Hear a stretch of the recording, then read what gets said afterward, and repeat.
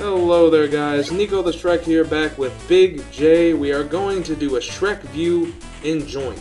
Shrekview number 8 being Sonic Advance 3. Would you like to introduce yourself, BigJay? Yes, I would. I think that this review is going to be an eye-opener for everybody. Let's get into it.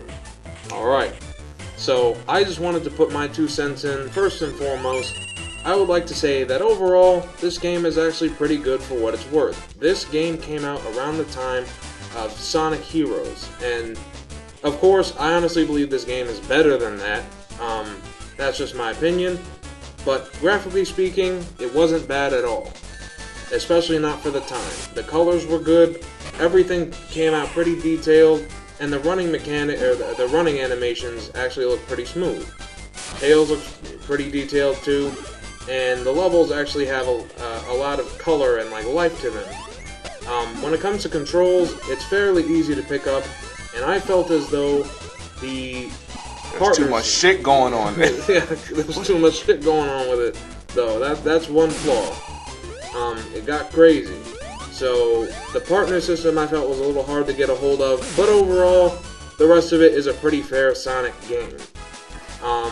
And from this point, maybe my friend BigJay can take it over and give you guys a couple other opinions, because I think we agree fairly well about this game. Okay, first of all, this game is pretty much Sonic.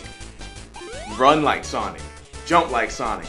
But what confused me is how the hell are they going to split up the track and not give you any fucking warning?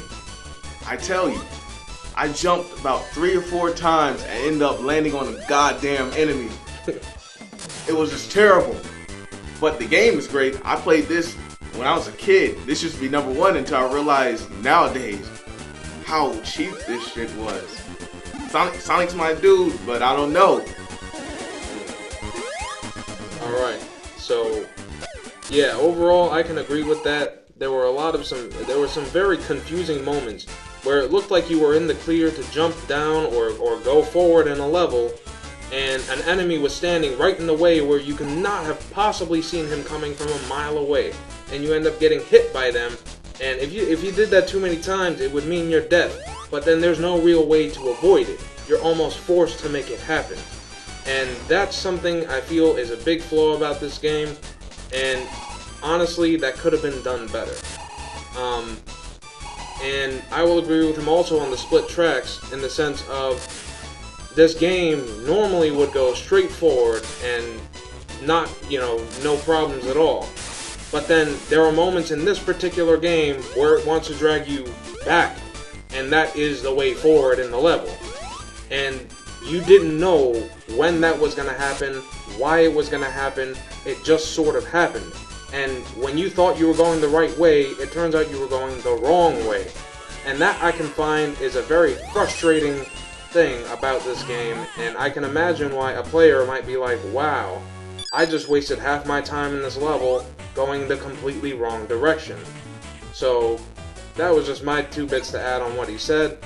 You want to continue anything else? Yeah, let me give you some of the good things about it. Now, according to the teams you picked, there are 3. I think it was power, speed, and some other crap. But just based on whatever your combo was, you got different abilities, which is where the partner system came in. If you had Tails as a leader and Sonic as your partner, if you held your partner button, you could use Sonic as a little speed boost, which I thought was a pretty cool little thing you could do. And if you had Tails as your partner and Sonic was your leader, you could freaking use Tails to fly or use him as an extra hop for some reason. And if you had like Knuckles as your partner, you can hover on his back for some strange reason. I don't know why they couldn't think of something better, but the game is great all in all. I like how they're little robot childs or whatever the hell they call. You can just pick them up and for some reason they just talk to you. And how some of the levels are created, because even though it was fucked up level design split up like that, at least then it gave you some kind of sense of adventure. True. That does give it diversity. I will agree. It might have been confusing as fuck, but it actually worked out in the end, I suppose. So, I would say my overall Shrek view over this, being that this is not the shittiest Sonic game to ever come out. Sonic 06, just saying. I'm gonna give this a 4 out of 5. I'm gonna Shrekview it at a 4 out of 5. Because it did have a couple flaws, and although it did have its couple flaws, it's still a pretty good game to me.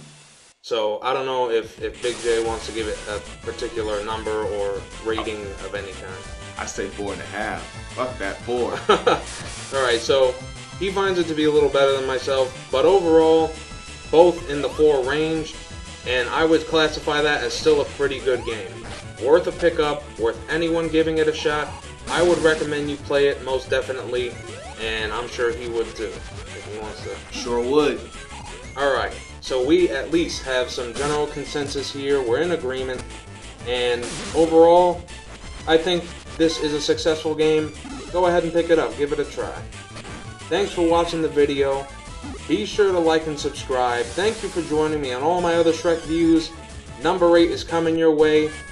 And Nico the Shrek is signing out here. I don't know if BigJay wants to give a shot at signing out. Yes, I'm not that evil.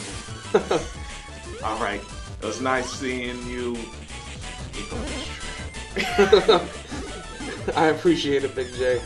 Alright, see you all in my next video. And again, be sure to like and subscribe. Leave any comments you wish. And thank you very much all for watching. Bye-bye.